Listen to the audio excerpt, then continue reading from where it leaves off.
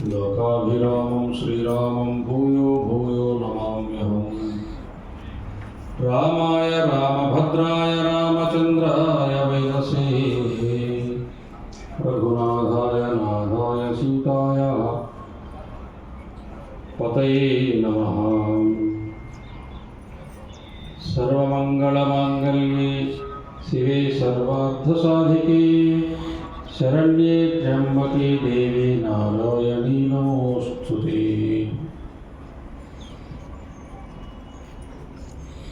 పాఠశాలలో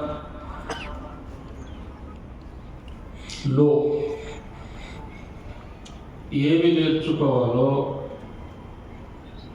అవి నేర్చుకుని సామూహికముగా సాంఘికముగా ప్రదర్శన చేశారు.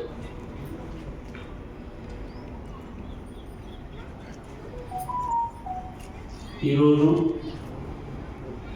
ప్రత్యక్ష దైవము,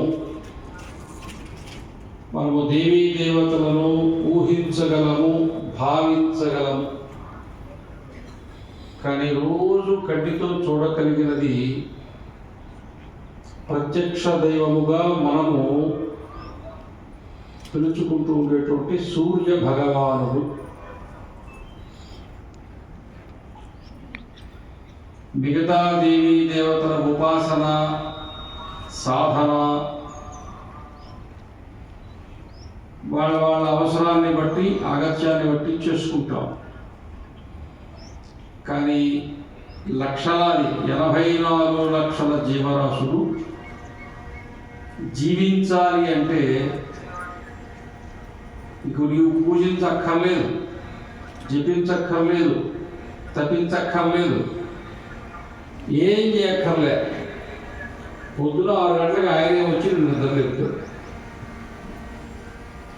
అలా ఈ జీవరాశులు అందరూ కూడా, చెట్లు కావచ్చు, పశుపక్షాదులు కావచ్చు, మానవ జాతి కావచ్చు, మనుగడ సాగిస్తూ ఉన్నదంటే దానికి ప్రధానమైన కారణము ప్రత్యక్ష దైవమైనటువంటి సూర్య భగవానుడు.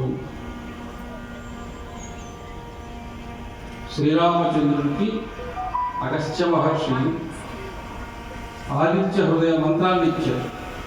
ఎందుకు అంటే, ఒకటి, ఎటువంటి పరిస్థితుల్లో కూడా తాను ఆరోగ్యంగా ఉండడానికి. 2, తన ఎదురుగా ఏ శత్రువు కూడా బలము కలిగి నిలబడకుండా ఉండడానికి. ఎంతటి శక్తివంతుడైన శత్రువు ఎదురుగా వచ్చినా ఈ ఆదిత్య హృదయ పారాయణం చేసినటువంటి వాళ్ళకి వీళ్ళను చూడగానే వాళ్ళ బలం తగ్గిపోతుంది.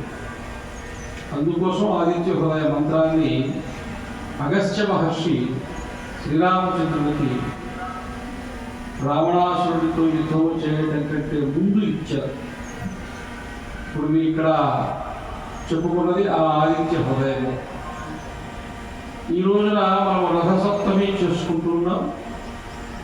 నిన్న ఉదయం వసంత పంచమి జరిగింది. వసంత పంచమి అంటే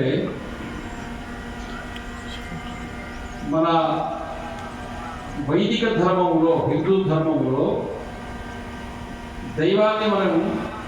దైవాన్ని కూడా, దైవీ శక్తిని కూడా పొరలుగా విడదీశాం. నేరుగా ఒకే పద్ధతిలోని కాకుండా దానికి పొరలుగా విడదీసి ఒక్కొక్క భాగానికి, ఒక్కొక్క శక్తికి ఒక్కొక్క బీజాక్షరాన్ని ఇచ్చారు. బలము కావాలంటే ఎవరిని పూజ చేయాలా, బుద్ధి కావాలంటే ఎవరిని పూజ చేయాలా, జ్ఞానము కావాలంటే ఎవరిని పూజ చేయాలా, సమయస్ఫూర్తి కావాలంటే ఎవరిని పూజ చేయాలా, పరాక్రమం కావాలంటే ఎవరిని పూజ చేయాలా, మనిషికి ఏ ముందుకు నడవవలసినటువంటి తేజస్సు ఏది కావాలనో దాన్ని ఏ రకంగా ఉపాసన చేస్తే దాన్ని ఎలా పొందగలము అనే దానికోసం దైవీ శక్తిని ఇప్పుడు మనకు సూర్య భగవానుడికి సంబంధించి సప్తాశ్వరం అన్నాం. అంటే 7 రంగులు, 7 గుర్రాలుగా ఆ సూర్యుడు అలా వెళ్తూ ఉంటాడు అని చెప్పి రథమని చెప్పి, అలా 7 రంగులు మనకు నేరుగా కనపడవు, కానీ తగ్గించి పరీక్షించి చూస్తే కనపడతాయి. అలాగే దైవీ శక్తిని ఎలా ఉపాసన చేయాలని విడదీశారు. అలా జ్ఞానము కావాలి అంటే ఎవరిని మనం పూజ చేసుకోవాలి, సాధన చేసుకోవాలంటే జ్ఞాన సరస్వతి. ఆ సరస్వతి అమ్మవారి మరి ఒక పేరే జ్ఞానదాయిని, హంసవాహిని, విమలమతి. ఇంకొక పేరేందో తెలుసా? భారతి. మన దేశం పేరే భారతదేశము. భా అంటే ప్రకాశించున్నది, భా అంటే వెలుగు, భా అంటే జ్ఞానము. జ్ఞానమందు రథమై ఉన్నవారు, కలిసి ఉన్నవారు అంటే జ్ఞానము కలిగిన వారు. అంటే భారతదేశంలో అందరూ 99, 100 మార్కులు వచ్చేవాళ్ళే జన్మిస్తారు. అంతకు తక్కువ ఉండేవాళ్ళు జన్మించరు దాని అర్థం. భారతీయులు అంటే జ్ఞానము కలిగిన వాళ్ళు. కంటికి ఏది కనపడ్డా దాంతో ఒక వస్తువు తయారు చేసేవాడు భారతీయుడు ఒక్కడే. ఆకు కనపడితే, పుల్ల కనపడితే, వేరు కనపడితే, గడ్డి కనపడితే, మట్టి కనపడితే, ఇసుక కనపడితే, కంటికి ఏది కనపడితే దాన్ని చేతిలోకి తీసుకుంటే ఒక వస్తువు తయారైపోతుంది. రష్యాలో ఒక్క నాట్యం ఉంటుంది, జర్మనీలో ఒక్క నాట్యం ఉంటుంది, ఇంగ్లాండ్లో ఒక్క నాట్యం ఉంటుంది. ఒక భారతదేశంలోనే 500-600 నాట్యాలు ఉంటాయి. ఒక్కొక్క దేశంలో 1, 2, 3 భాషలు ఉంటాయి. భారతదేశంలో 4-5 వేల భాషలు ఉంటాయి, కనీసం 2000 ఉంటాయి. ఆంగ్ల భాషకి 2, 3 లేదా 5, 6 యాసలు ఉంటాయి. ఒక తెలుగు భాషకే 500 యాసలు ఉంటాయి. కర్నూలు వేరు, చిత్తూరు వేరు, అనంతపురం వేరు. కర్నూలులో మాట్లాడినట్టు ఆదోళనలో మాట్లాడరు, ఆదోళనలో మాట్లాడినట్టు మంత్రాలయంలో మాట్లాడరు, కర్నూలు మంత్రాలయంలో మాట్లాడినట్టు నంద్యాలలో మాట్లాడరు. ప్రతి 40 కిలోమీటర్లకి యాస మారిపోతుంది, ప్రతి 1000 కిలోమీటర్లకి భాషే మారిపోతుంది. భద్రాచలం అడవులోకి పోతే దాదాపు 15-16 రకాల భాషలు మాట్లాడతారు. ఇన్ని భాషలు ఉండే దేశం భూమి మీద ఇంకొకటి లేదు. ఇన్ని నాట్యాలు ఉండే దేశం భూమి మీద ఇంకొకటి లేదు.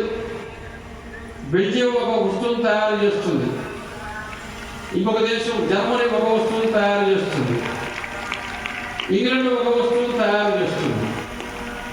ఇప్పుడు ఇంకా చిన్న దేశం ఒకటి ఉంది మనకి, ఈ చైనాకు పక్కనే. ఆ దేశం కేవలం చిప్స్ తయారు చేసుకొని బతుకుతున్నారు. అందులో ఒక్కొక్క దేశంలో ఒక వస్తువులో వాళ్ళు ప్రత్యేకత కలిగి ఉంటారు, మిగతావి చెయ్యనిది కాదు. ఒక వస్తువుకు ప్రత్యేకత కలిగి ఉంటే ఇది తయారు చేస్తారు.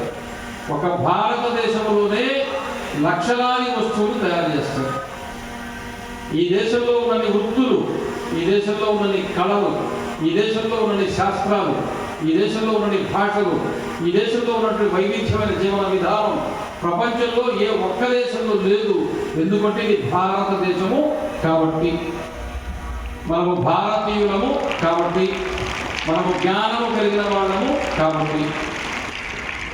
అందుకని నిన్న ఉదయం వసంత పంచమి జరిగింది మనకు ఆంధ్రప్రదేశ్లో, లేదా ఇటు పక్కన మనకు వసంత పంచమి అంటే ఇప్పుడు కొద్దిగా ఏదో చూసుకుంటున్నాం. కానీ ఒరిస్సా, బెంగాల్, బీహార్, అస్సాం అక్కడికి వెళ్ళినట్టయితే ప్రాథమిక పాఠశాల, ఉన్నత పాఠశాల, కళాశాల, విశ్వవిద్యాలయం అన్ని స్థాయిలలో నిన్నటి రోజున మొత్తం సమాజము కులమతాలకు అతీతంగా ఉపవాసం ఉంటారు. గ్రామం అందరూ పూజా సామాగ్రి, నైవేద్యాలు, పిండి వంటలు, చెరుకు గడలు, ఫలపుష్పాలు అన్నీ తీసుకుని ప్రతి ఇంటి నుంచి తల్లిదండ్రులు వాళ్ళ పిల్లల్ని తీసుకొని పాఠశాలకు వెళ్తారు. సరస్వతి అమ్మవారి విగ్రహాన్ని పెట్టుకుని సరస్వతి మాతను చక్కగా జయగానం చేసి, పూజలు చేసి, భజనలు చేసి సాయంత్రం ఉపవాసం విడిచి అందరూ ప్రసాదం చేసుకుంటారు. అలా జ్ఞానం దేవత అయినటువంటి సరస్వతి మాత యొక్క ఉపాసన చేసేటువంటి సంస్కృతి మనది. మనకు కావలసింది ఏంది? జ్ఞానము. ఏం కావాలి? జ్ఞానము. మనకు కావాల్సింది కత్తి కాదు, మనకు కావాల్సింది యుద్ధం కాదు, మనకు కావాల్సింది సంపాదన కాదు, మనకు కావాల్సింది ఆస్తి కాదు, మనకు కావాల్సింది జ్ఞానము. జ్ఞానము అనేది ఉంటే అన్నీ సంపాదించవచ్చు. జ్ఞానమే లేకపోతే, పక్కనే పాకిస్తాన్ దేశం ఉంది. ఆ దేశంలో చాలా చక్కగా మంచిగా తీవ్రవాదులు తయారు చేస్తారు. వాళ్ళు ఎంత మంచోళ్ళు అంటే, వాళ్ళకి అవకాశం వస్తే పక్క దేశంలో బాంబులు వేస్తారు. అవకాశం రాలేదనుకోండి వాళ్ళ దేశంలో చేసుకుంటారు. దాన్ని అజ్ఞానము అంటారు. ఏమంటారు?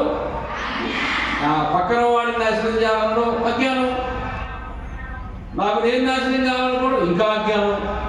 అవునా కాదా? కాదా? అవునా? చెప్పరే? విన్నారు లేదా? వినబడుతుందో లేదా? చెప్పలేదు, చెప్పాలిగా. మన విద్యా విధానంలో ఉండేటువంటి విశేషమే ఏమిటంటే గురువు చెప్పాలి, శిష్యుడు వినాలి, శిష్యుడు అడగాలి, గురువు చెప్పాలి. అది మన జీవన విధానంలో, విద్యా విధానంలో ఉండేటువంటి విశేషం. అందుకనే ఇక్కడ ప్రతి రంగంలో, ప్రతి శాస్త్రంలో గురువులను మించిన శిష్యుడు తయారయ్యారు. గురువుల్ని మించిన జ్ఞానంలో, గురువుల్ని మించిన శిష్యులు అంటే ఫ్యాషన్లో కాదు, జ్ఞానంలో. అర్థమైందా? కాలేదా? అలా ఎప్పుడైతే బాగా చక్కగా సమాధానం చెప్తున్నారో అప్పుడు మీరు బాగా బుద్ధి కుశలత కలిగి ఉన్నారు అని అర్థం. కలిగి ఉన్నారు? అది చెప్పింది చెప్పినట్టు పట్టుకోవాలి, చెప్పింది చెప్పినట్టు పట్టుకోవాలి. రూపయమన సంపన్న విశాల కుల సంభవ విద్యాహీన నశోభంతే నిర్గంధైవ కింశుక అంటే రూప యవ్వన సంపన్న, రూపములో మహా అందగాడు కావచ్చు, మంచి యవ్వనంలో బలం కలిగి ఉండవచ్చు, సంపన్నం బాగా డబ్బుండే ఇంట్లో పుట్టవచ్చు, ధనికుడు అట్లాంటి ఇంటిలో పుట్టవచ్చు. విద్యాహీన నశోభంతే, విద్య లేకపోతే నశోభంతే, వాడు గౌరవం పొందడు, గుర్తింపు పొందడు, విలువ లేకుండా ఉంటాడు, విలువ ఉండదు. నిర్గంధ యువకింశుక, బాడిస చెట్టు ఉంటుంది అంటే మోదుగ చెట్టు. మోదుగ చెట్టుకు పూలు పూచిన సమయంలో చెట్టుకు ఒక్క ఆకు కూడా ఉండదు, ఆకులన్నీ రాలిపోయి చెట్టు కాండము, కొమ్మలు, రెమ్మలు అంతా ఎర్రగా పూలు పూస్తుంది. చూస్తే మొత్తం చెట్టు అంతా ఎర్రగా కనపడుతుంటే మండిపోతున్నదా అనిపిస్తుంది. కానీ ఆ చెట్టుకు పువ్వు ఉందే, ఆ పువ్వుకు విలువ లేదు. ఎందుకంటే అది పూజకు ఉపయోగించరు. మన మాతృమూర్తులు అది తలలో అలంకరించుకోవడానికి కూడా, పెట్టుకోవడానికి కూడా దాన్ని ఉపయోగించరు. ఎందుకో తెలుసా? ఆ పువ్వుకి సువాసన లేదు. సువాసన లేని పువ్వు పూజకు ఎలా పనికిరాదో విద్యాగంధము లేని వాడు కూడా ఎందుకు పనికి రాడు. అందుకని ఏం కలిగి ఉండాలా? విద్య. విద్య వల్ల ఏమొస్తుంది? వినయము. ఏమొస్తుంది? అబ్దుల్ కలాం గారు ఎప్పుడైనా కోపడ్డారా? ఎప్పుడైనా విసుక్కున్నారా? ఎప్పుడైనా నేనే గొప్ప అన్నారా? విద్య వల్ల వినయం వస్తుంది. వినయం వస్తే అన్నీ వస్తాయి. ఏది కావాలంటే దాన్ని సాధించగలరు. ఆ విధంగా వినయ సముపార్జన, విద్య వల్ల వినయము, జ్ఞానము పొందుతాం. అందువల్ల మీరు ఇది బాగా విద్యను అభ్యసించేటువంటి వయస్సు, బాగా చదువుకోవాలి. ఎవరికి ఏది ఇష్టం ఉంటే చదువుకోవాలి, ఏది అబ్బితే అది చదువుకోవాలి. కేవలము పాఠశాలలో చదువుకునే విద్య మాత్రమే విద్య కాదు, సమాజం బాగా విద్య నేర్పిస్తుంది. పూర్వకాలము గురుకులాల్లో చదువంతా అయిపోయిన తర్వాత గురువు గారి శిష్యుల్ని 1 సంవత్సరం పాటు దేశ సంచారం చేసేవాళ్ళు పంపించేవాడు. వాడు దేశమంతా, గ్రామాలు, నగరాలు, పట్టణాలంతా తిరిగేవాడు. ఏవేవి తయారు చేస్తున్నారు, కుమ్మరి ఏం చేస్తున్నాడు, కమ్మరి ఏం చేస్తున్నాడు, వడ్రంగి ఏం చేస్తున్నాడు, చర్మకారుడు ఏం చేస్తున్నాడు, సమాజం అంతా తెలుసుకుని చదువుకుని వచ్చేవాడు. పేదరికం ఏంది, పంటలు ఎట్లా పండుతున్నాయి, వర్షాలు పడుతున్నాయా లేదా, చెరువులో నీళ్లు ఉన్నాయా లేదా, పంట ఎట్లా పండిస్తారు, ఎట్లా దున్నుతారు, ఎలా పాలు తీస్తారు, ఎలా మేపుతారు, ఇవన్నీ సమాజాన్ని చదివించేవాడు. అప్పుడు అందరినీ కూర్చోబెట్టి ఎవరెవరు ఏం చేశారంటే గురువు గారు ప్రశ్నించి తెలుసుకుని, చదువు వచ్చింది, సమాజం అర్థమైంది, వీడికి వచ్చిన జ్ఞానాన్ని దేశానికి, సమాజానికి ఉపయోగించుకోగలడని నమ్మకం కలిగినప్పుడు అప్పుడు గురుదక్షిణ తీసుకుని ఆశీర్వదించి పంపించేవాడు.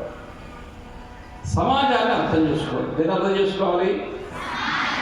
ఎందుకో చెప్పాలా వద్దా? 84 లక్షల జీవరాశుల్లో కలిసి జీవించవలసిన అవసరము ఉండేటువంటి ఒకే ఒక్క జీవరాశి మనిషి. పౌరశాస్త్రములో మొట్టమొదటి వాక్యం ఏమిటంటే మానవుడు సంఘజీవి. మానవుడు ఇంకొకరి సహకారం లేకుండా మనిషి అనేవాడు జీవించలేడు. ఆవు ఈనిందనుకోండి, దూడ 5 నిమిషాలు పొదుగులోకి పోయి అదే పాలు తాగేస్తున్నాడు అమ్మ దగ్గర.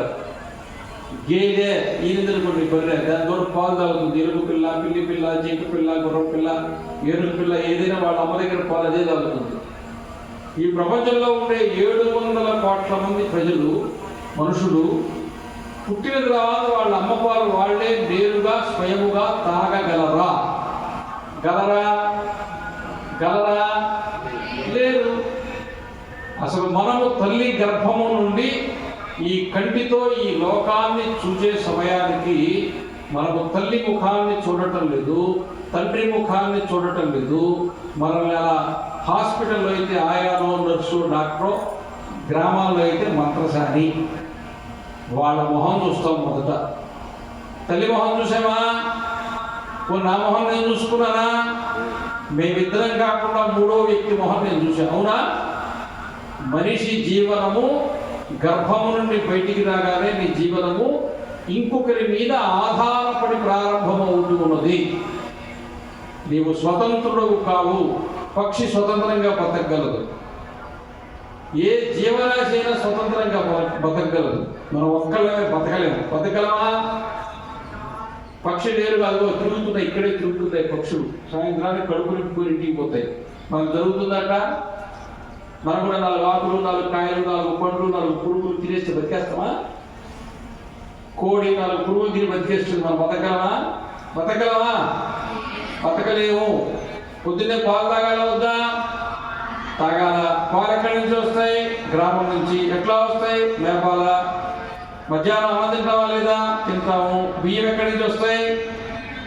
రైతులు పండిస్తారు. రైతులు ఏం చేస్తారు? అమ్మేస్తారు. ఎక్కడికి వస్తాయి? Rice mill. బియ్యం అవుతాయి, అంగడికి వస్తాయి. కొనుక్కుంటాం, తెచ్చుకుంటాం, వండుకుంటాం. సిలిండర్ కావాలా? అగ్గి డబ్బా కావాలా? నీళ్లు కావాలా? మోటార్ కావాలా? కనెక్షన్ కావాలా? కరెంట్ కావాలా? ఇవన్నీ పక్షికి అవసరమా? ఏనుగు అవసరమా? ఏనుగు ఆధార్ కార్డు ఉందా? ఆర్టీసీ బస్ స్టాండ్ ఉందా? ఓటు ఉందా? పార్లమెంట్ ఉందా? ముఖ్యమంత్రి ఉన్నాడా? ప్రధానమంత్రి ఉన్నాడా? రాజ్యాంగం ఉందా? వాటికి అదృష్టమా? మనకు అదృష్టమా? మనకున్న చట్టాలు, మానవ జాతికి ఉన్న నియమాలు, చట్టాలు, కట్టుబాట్లు ఏ జీవరాశికి లేదు. నువ్వు కాలు పెడితే ఎక్కడ ఇరుక్కుంటో నీకే తెలియదు. నిన్ను ఇరిగించడానికి నీ చేతిలో ఉండే సరిపోదు కాదు. నీకే స్వేచ్ఛ ఉంది. అవునా? కాబట్టి అన్ని రకాల నియమాలు, అన్ని రకాల నిబంధనలు ఉండేటువంటి జీవరాశి మనిషే. అందుకనే ఏం చేయాలి మనిషి? ఏం చేయాలి తెలుసా? ఏమైనా ఒడ్డు దగ్గర పెట్టుకుని బతకాలి. ఒడ్డు దగ్గర పెట్టుకొని బతికినంత కాలం ఒడ్డు దగ్గర పెట్టుకుని బతకాలి. వేరే మార్గం లేదు. అందువల్ల సంఘ జీవనాన్ని అర్థం చేసుకోండి. కలిసి జీవించాలి. మా భాష గొప్పది, మా ప్రాంతం గొప్పది, లేకపోతే మా మతం గొప్పది, మా కులం గొప్పది అనుకుంటాము. పిచ్చి భ్రమ కొత్తదే. ఉదాహరణ తెలంగాణ ఉంది, ఆంధ్ర ఉంది. మనం విడిపోయినాం. తెలంగాణ ఉప్పు కావాలని ఎక్కడి నుంచి పోవాలా? ఆంధ్ర నుంచి. ఆంధ్రానికి పసుపు కావాలని ఎక్కడి నుంచి రావాలా? తెలంగాణ నుంచి. విడిపోగలమా? విడిపోయినామా? కాబట్టి మనం మానవ జాతి విడిపోయే అవకాశమే లేదు. కలిసే ఉంటాం. ఈరోజు మధ్యాహ్నం ఇక్కడ కార్యక్రమం అయిపోయిన తర్వాత గదుల్లోకి వెళ్ళిపోతారు. మధ్యాహ్నం గంట పడతారు, భోజనానికి పోతారు, కూర వేస్తారు, పప్పు వేస్తారు, సాంబార్ పోస్తారు. ఇప్పుడు సాంబార్లో ఏం వేస్తారు? నూనె కావాలొద్దా? ఎండుమిర్చి, పచ్చిమిర్చి, ఆవాలు, ధనియాలు, మెంతులు, జీలకర్ర, వంకాయ, బీరకాయ, టమాటా, దోసకాయ, సొరకాయ కావాలా వద్దా? కందిపప్పు ఒక జిల్లాలో పండే, ఆవాలు ఒక దగ్గర పండే, మెంతులు ఒక దగ్గర పండే, జీలకర్ర ఒక దగ్గర పండే, పసుపు ఒక దగ్గర పండే, చింతపండు చిత్తూరు నుంచి వచ్చా, పసుపు ఆరుమూరు నుంచి వచ్చా, ఉప్పు నెల్లూరు జిల్లా నుంచి, సముద్ర తీరం నుంచి వచ్చా. అవునా? కడాయి పెట్టిన తర్వాత నిజామాబాద్ కందిపప్పు కొంత, ఆరుమూరు పసుపు కొంత, చిత్తూరు చింతపండు కొంత, నెల్లూరు ఉప్పు కొంత వేసి దాంట్లో కర్ణాటక వేసి, తమిళనాడు వేసి, ఆంధ్ర వేసి, తెలంగాణ వేసి కలిపెట్టి బాగా 3వ వీధిలో 4వ వీధిలో ఉండే వాళ్ళు కూడా వాసన బాగా రావాలంటే అంత ఇంగు వేయాలి కదా. ఆ ఇంగువని భారతదేశంలో పండదు. నీ భారతదేశం దాటి పాకిస్తాన్ దాటి ఆఫ్ఘనిస్తాన్లో పోతే ఆ ఆఫ్ఘనిస్తాన్లో నుంచి వస్తుంది మనకు ఇంగువ. తెలుసా ఈ సంగతి? కాబట్టి అన్ని రాష్ట్రాలు అన్ని జిల్లాలు వేసేసి ఆఖరి ఆఫ్ఘనిస్తాన్ టపాలు కొడితే సాంబారు గుమగుమ ఉంటుంది. అప్పుడు కానీ మనకు జవజవా రుచి రాదు. కాబట్టి మనిషి ఇష్టం ఉన్నా లేకపోయినా కలిసే జీవించాలి. ఆ కలిసి జీవించేటువంటి స్వభావాన్ని మనము నేర్చుకోవాలంటే సామూహికంగా పాట పాడు, శ్లోకం చెప్పు, మాట విను, కూర్చో, వ్యాయామం చేయి, సూర్య నమస్కారాలు చేయి. సైన్యం అందరూ కలిసి ఒకే మాట మీద ఉంటారు. ఎందుకని వాళ్ళు అటువంటి కవాతు నేర్చుకుంటారు. మనిషి అయితే కవాతు నేర్చుకోవాలి. మంచి డ్రెస్ చేయాలా, బ్యాట్ ఉండాలా, చొక్కా వేసుకోవాలా, టోపీ పెట్టుకోవాలా, నక్షత్రాలు ఉండాలా, బ్యాడ్జీ ఉండాలా, బూట్లు ఉండాలా, అప్పుడు బాగా తినాలా, అప్పుడు బాగా నడుపుతారు. అవునా? ఆ సంబడానికి సాయంత్రం బయట నుంచి పైకి చూడండి, పక్షులన్నీ ఒకే వరుసలో పోతుంటాయి. వాటికన్నా డ్రిల్ క్లాస్ పెట్టారు ఎవరైనా? పక్షులు నేర్పించారా? మనిషి ఏదైనా నేర్చుకుంటేనే వస్తుంది. ప్రకృతిలో మిగతా అన్ని జీవరాశులకి ఏదైనా పుట్టుకతో స్వతసిద్ధంగా ఏదైనా వస్తుంది. ఒక మనిషి మాత్రమే నేర్చుకుంటే వస్తుంది, లేకపోతే రాదు. నేర్చుకోవాలి. ఎప్పుడు నేర్చుకోవాలి? బుద్ధి పుట్టినప్పుడు. ఎట్లా నేర్చుకోవాలి? ఇష్టపడి. ఏ విధంగా నేర్చుకోవాలి? కష్టపడాలి. నువ్వు ఏది నేర్చుకోవాలనుకుంటున్నావో దాని మీద ఇష్టం ఉండాలి, ఇష్టపడాలి. అది నేర్చుకోవడానికి కష్టపడాలి. ఏం చేయాలా? ముందు ఇష్టపడాలా, తర్వాత ఇష్టపడకుండా కష్టపడకుండా ఏది వస్తుందా? సైకిల్ నొక్కడం నేర్చుకోవద్దా? బండి మోటార్ సైకిల్ నడపడం నేర్చుకోకుండానే వచ్చేస్తుందా? పాట పాడితే వస్తుందమ్మా? బుల్లెట్ బండికి పోదాం పాట వస్తుందా? రాదు. నేర్చుకోవాలి. ముందు దానికి స్టాండ్ వేయడం తీయడం నేర్చుకోలేదు, పైన పడుతుంది. అది బరువు ఎక్కువ. అవునా? మొదలే దేవుడు మనకు అన్యాయం చాలా చేశాడు. స్కూల్కి వచ్చే బస్సుకు లిఫ్ట్ పెట్టాలా వద్దా? 2 పెట్టి అడగతాడు. ఎంత కష్టమైన పని. పైన చూస్తే వెనక 20 కిలోల బస్తా. చిన్నప్పుడు మేము పోతుంటే మాకే పుస్తకాలు ఎక్కువ ఉండేవి అనుకుంటుండేవి. ఇప్పుడు చూస్తే ఇంకా ఎక్కువ. అయినా లేదా? అయినాయా? మాకంటే ఎక్కువ మీకంటే తెలుసు.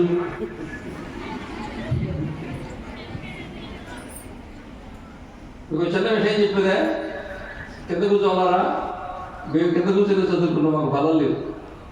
అంతేకాదు శుక్రవారం ప్యాడేసి చదువుకునేవాడు క్లాసులో.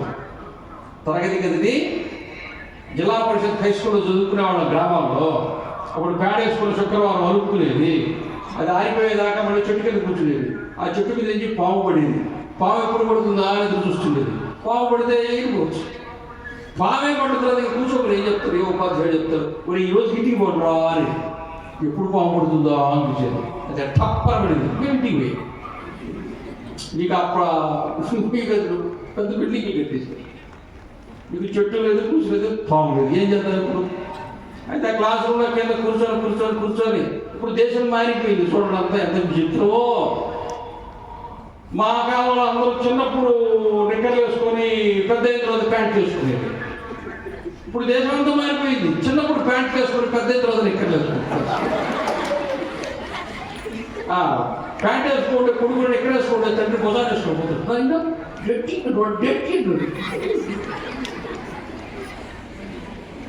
నిక్కర్లు వేసుకునేవాడు. అప్పుడు టెలికాటన్ రాగా అంతే కాటనే. కింద కూర్చొని అది చిరిగిపోయేది ఆ నెక్క. మళ్ళీ వాడికి పేరు పెట్టుకో. చిన్న పోస్ట్ ఆఫీసు, పెద్ద పోస్ట్ ఆఫీసు పేరు పెట్టుకునేది. అవ్వండి అబ్బా బలి వేరు అబ్బా ఎంత నువ్వు దాచిపెట్టుకోవడం మీరు. అప్పుడు మళ్ళీ ఇంట్లో అమ్మవాడు మళ్ళీ శుద్ధి తర్వాత దాన్ని కుట్టి మళ్ళీ వేసుకుంది, మళ్ళీ చినిగిపోయేది, మళ్ళీ కుట్టుకునేది. అది చినిగిపోవాల్సిందే, మనం కుట్టుకోవాల్సిందే. అది ఓడిపోదు, మేము ఓడిపో. నువ్వు ఎన్నిసార్లు చినిగిపో, అన్నిసార్లు నువ్వు కుట్టుకుంటావు. ఎందుకంట ఇంకొక గుడ్డ ఇంకొక బట్ట కొనుక్కునేంత ఆర్థిక శక్తి సమాజానికి అప్పుడు లేదు. సమాజంలో చాలా పేదరికం ఉండేది. మాకు పాఠాలు చెప్పడానికి వచ్చే మా ఉపాధ్యాయులకు కూడా కాళ్ళకు చెప్పులు ఉండేవి కాదు. ఆ స్థితి నుంచి ఇప్పుడు ఎక్కడికి వచ్చావో తెలుసా? ఎక్కడికి వచ్చావు? చెప్పేదేవద్దా?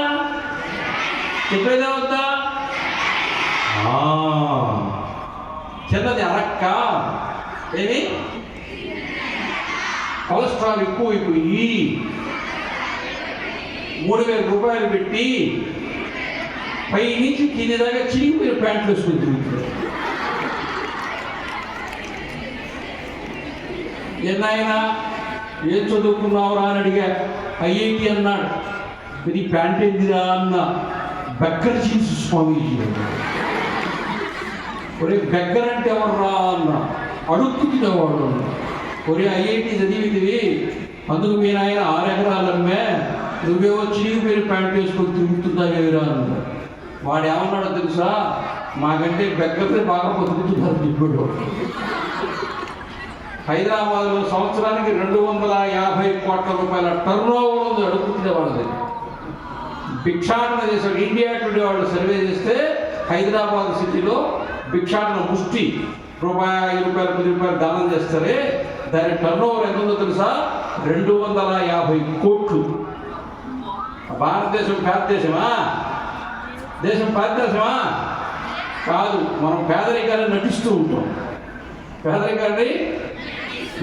ఉంటాం. అప్పుడప్పుడు పేదరికం గుర్తొస్తుంది మనకి. కాబట్టి మీరందరూ ఇంకొక సూత్రం చెప్పి ముగిస్తా, సరేనా? నేను చెప్పింది చెప్పండి. కా అందరూ చెప్పలా? కా కా కా త్రిక సంధి అంటాం తెలుగు వ్యాకరణంలో. ఇది సంధి కాదు. కా కా కా. మొదటి కా ఏంటో తెలుసా? మీ పాఠశాలకు ఉండేటువంటి మంచి లక్షణం ఏంటంటే చక్కటి మైదానం ఉంది. ఇంత మైదానం ఈ రోజు రేపు ఎక్కడా పాఠశాలలో లేదు.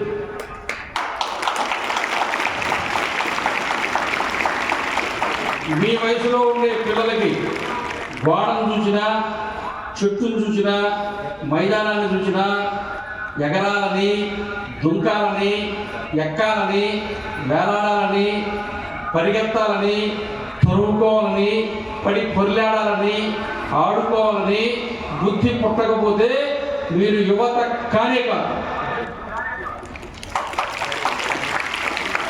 అంటే నేను చెప్పేది రేపు పొద్దుగల ఈ చెట్టుని దొంపలించేవని కాదు. అంత బ్రహ్మచారి చదవటంగా అన్నమాట. అదిగా మొదటి కా అంటే ఏంటో తెలుసా? కాలి కొద్దీ ఆడుకోండి.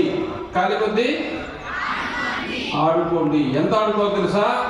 చెమట కారిపోవాలి. బాగా ఆడుకున్నారు, అప్పుడు కడుపులో ఉండేవన్నీ కదిలిపోయి చక్కగా అన్నీ అరిగిపోయి ఆకలి ఇస్తుంది. ఏమొస్తుంది? మాకు రోజు ఆకలి బాగా కావటం లేదు వాడు చేస్తండి. ఆకలి సరిగా కావటం లేదు వాడు చేస్తండి.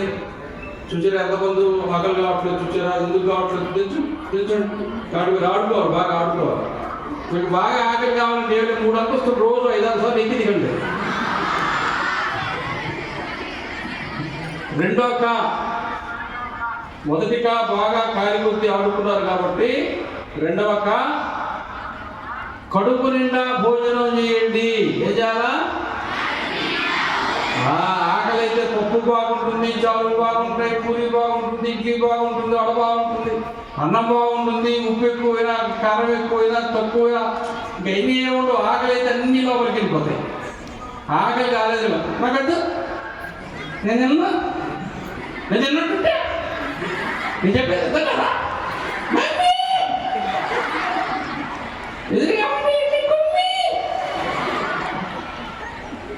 ఆకలి అన్ని లోపలికి. మాయాబజార్లో ఘటోత్కచుడు ఈశ్వరుడు అటు డోర్ తిరుగుతాడు, లడ్డు లోపలికి. ఆవిడ తినమలే పోతాయి. ఆకలి అయితే అన్ని లోపలికి పోతాయి. ఎవరా ఖాళీ కొద్దిగా వాడుకో, కడుపు నిండా తిను అంటే కొద్దిగా ఖాళీ పెట్టుకోవాలి. నిండా అంటే మొత్తం నివారణ కొద్దిగా ఖాళీ పెట్టు. మూడోగా బాగా ఆడుకుని బాగా భోజనం చేస్తే అలసిపోయి అన్నం తిన్నారు కాబట్టి కంటి నిండా మంచి నిద్ర వస్తుంది. బాగా నిద్రపోదు, కుంభకర్ణులాగా నిద్రపోవాలి. ఏనుగుల చేత తొక్కించిన, సూరాల చేత పొడిచిన, నిప్పులు పెట్టి కాల్చిన వాడు నిద్రగా ఉంది. కానీ మీరు లేస్తారులే, ఎందుకంటే కుంభకర్ణుడు ఈ స్కూల్లో చదువుకోలేదు. వాడికి రేపు పొద్దున్నే క్లాస్ టీచర్కి హోంవర్క్ చూపించాల్సిన బాధ్యత లేదు. అందుకని వాడికి వెలుగు రాలా. మీకు పొద్దున 4 కాగానే, పొద్దున రాత్రి 9 పడుకున్నారు అనుకోండి, 4 గంటకల్లా మీ మ్యాథమెటిక్స్ టీచర్ గుర్తుకొస్తాడు. 4:15 ఫిజిక్స్ వచ్చేస్తుంది, 4:30కి బయాలజీ వచ్చేస్తుంది, 5:05 తెలుగు టీచర్ వచ్చేస్తాడు. వాళ్ళు ఎదురుగా వచ్చి నిలబడతారు, లేవక తప్పదు.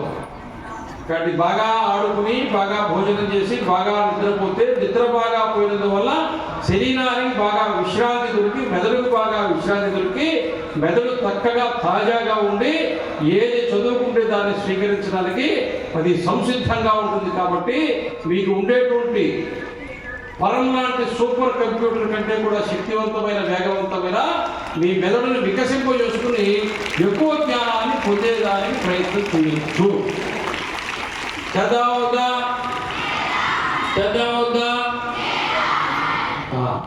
ఇప్పుడు చివరిలో ఇప్పుడు 2 మాటలు అయిపోయినాయి, 3 మాటలు ఉన్నాయి. ఇప్పుడు ఎన్ని ఉన్నాయి? 3 మాటలు ఉన్నాయి. చెప్పగలుగుతా? ఇప్పుడు ఈరోజు మధ్యాహ్నం ఇప్పుడు అల్పాహారం కాలేజీ, ఇంకా అల్పాహారం తిన్నారు లేదా? అల్పాహారం చేసేటప్పుడు, భోజనం చేసేటప్పుడు ఏం చేయాలంటే, మీరు అన్నయ్య పట్టుకున్నారా ముద్ద? ఏం చేయాలా? కళ్ళు వదుకోవాలా? దేవుడికి దండం పెట్టుకోవాలా? మీరు చేసేసేయండి ఆ పని. కానీ అప్పుడు ఏం చేయాలంటే, ఈ పిడికెడు ముద్ద అన్నము నా నోటిలోకి వెళ్ళడానికి మా నాన్న మా అమ్మ ఏమి కష్టపడుతూ ఉన్నారో అని అది గుర్తు చేసుకోండి. చేసుకుంటారా? చేసుకోరా? పొద్దున్నే స్నానం చేసి బట్టలు వేసుకుంటున్నాం, ఈ ప్యాంటు చొక్కా మా నాన్న అమ్మ ఏం కష్టపడి సంపాదించి నాకు ఇచ్చారు. నేను చెప్పులు వేసుకుని చెప్పులకు 100-200 అయింది, మా నాన్న ఏమి సంపాదించి ఇచ్చారు. గుర్తు చేసుకోవాలి వద్దా? ఈ కృతజ్ఞత మీకు ఉంటే మీరు ఏ రంగంలోనైనా వృద్ధిలోకి వస్తారు. తల్లిదండ్రులు పూజించడం కాదు, తల్లిదండ్రులు పడే శ్రమని గుర్తించండి. శ్రమని ఒక్కటే మంత్రం మొత్తం నెట్లో పెట్టుకున్నాడు. మా నాయన ఇప్పుడు ఎక్కడ ఉన్నాడు, ఏం చేస్తున్నాడు, నా కోసం ఏం కష్టపడుతున్నాడు గుర్తుపెట్టుకోవాలి వద్దా? చెప్పండి. నీరసంగా చెప్తున్నాను. ఇప్పుడు మీరు మీ తల్లిదండ్రులు గుర్తుపెట్టుకుంటే రేపు మీ బిడ్డలు మిమ్మల్ని గుర్తుపెట్టుకుంటారు. అవునా? 2 ఇక్కడ ఉపాధ్యాయులు కూర్చోన్నారు. ఈ పాఠశాలకు సంబంధించిన ఉపాధ్యాయులు, యాజమాన్య వాళ్ళు కూర్చోన్నారు. ఇక్కడికి చదువుకుని వేరే వేరే రంగాల్లో ఎక్కడెక్కడ ఏదేదో చేసుకోవడానికి వెళ్తారు. ఏ ఒక్క పని చిన్నది కాదు, ఏ ఒక్క పని పెద్దది కాదు, అన్నీ గౌరవనీయమైనవే, అన్ని వృత్తులు. అప్పుడు ఏం చేయాలి తెలుసా? ఒక అక్షరాన్ని మీకు చెప్పిన, ఒక క్రమశిక్షణను నేర్పించిన, మీరు ఎలా జీవించాలో, ఏ మాట మాట్లాడవచ్చో, ఏ మాట మాట్లాడకూడదో, ఎలా కూర్చోవాలో, ఎలా నిలబడాలో, ఎలా నడుచుకోవాలో, ఎలా నడవాలో, ఇలా ప్రతి ఒక్క అడుగుని మీ జీవితంలో మీ చేత నడిపించినటువంటి మీ గురువులు, మీ ఉపాధ్యాయులు ఎవరైతే ఉన్నారో వాళ్ళని జీవితంలో ఎప్పుడూ మర్చిపోవద్దు.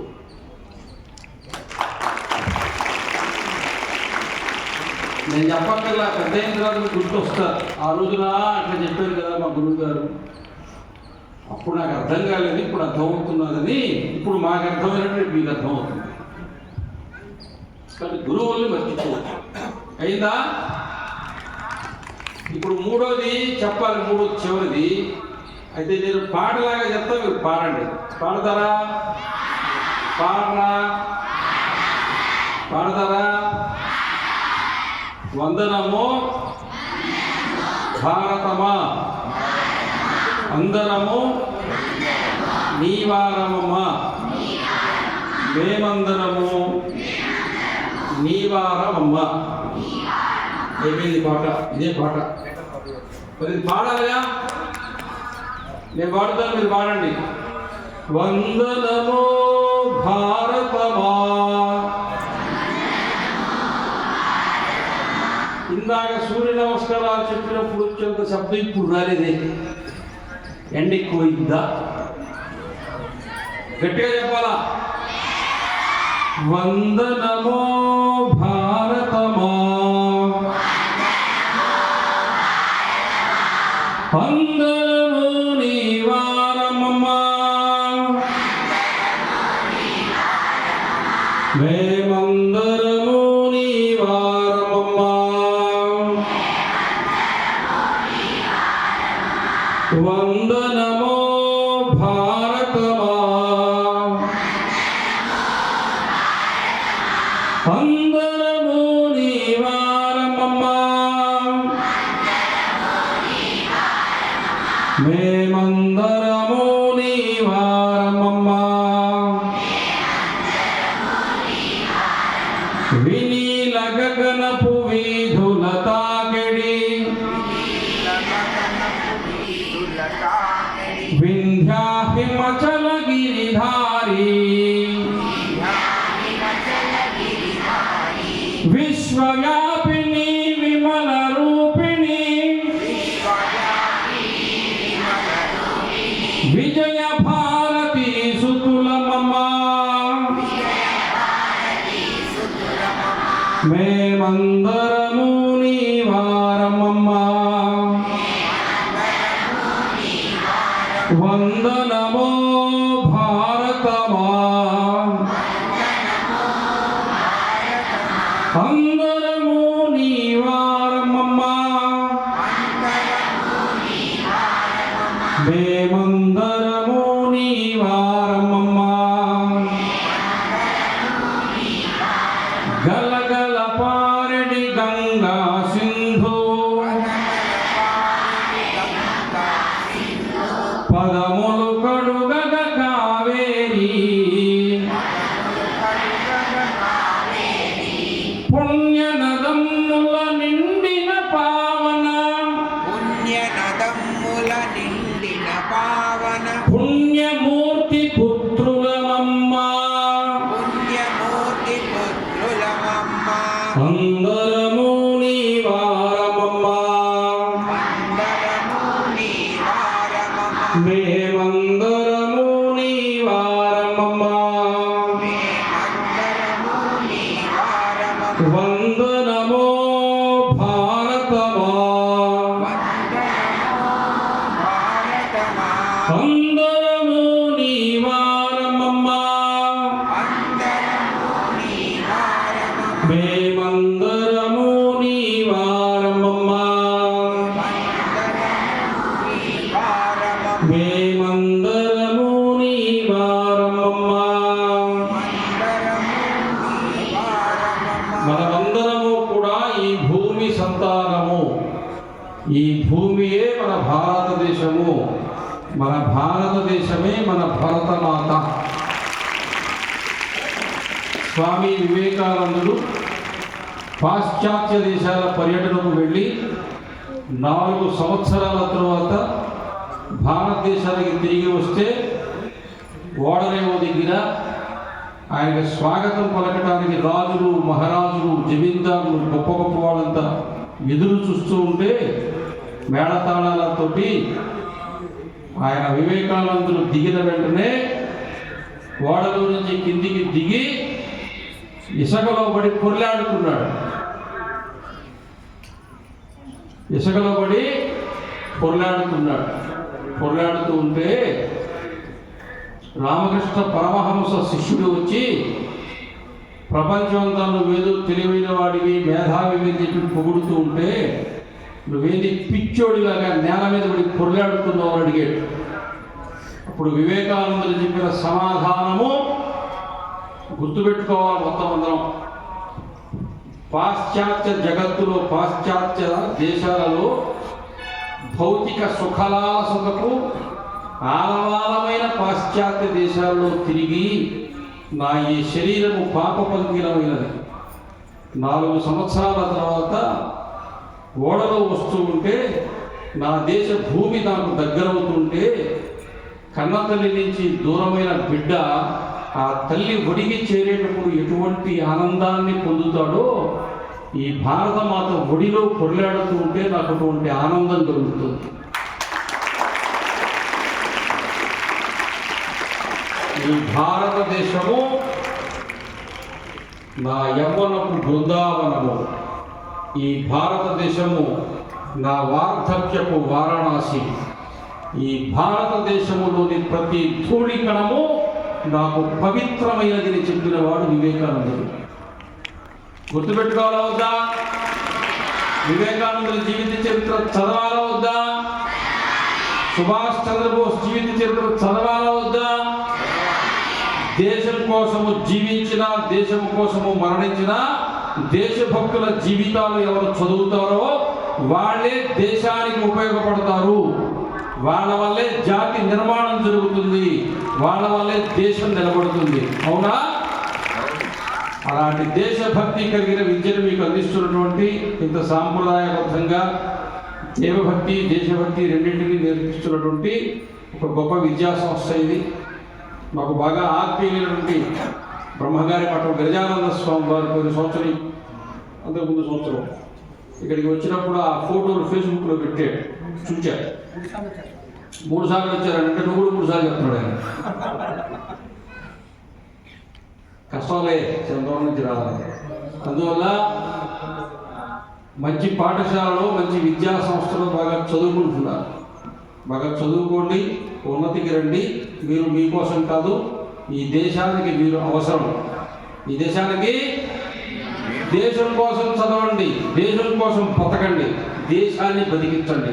భారత్ మాతాకి భారత్ మాతాకి భారత్ మాతాకి స్వస్తి.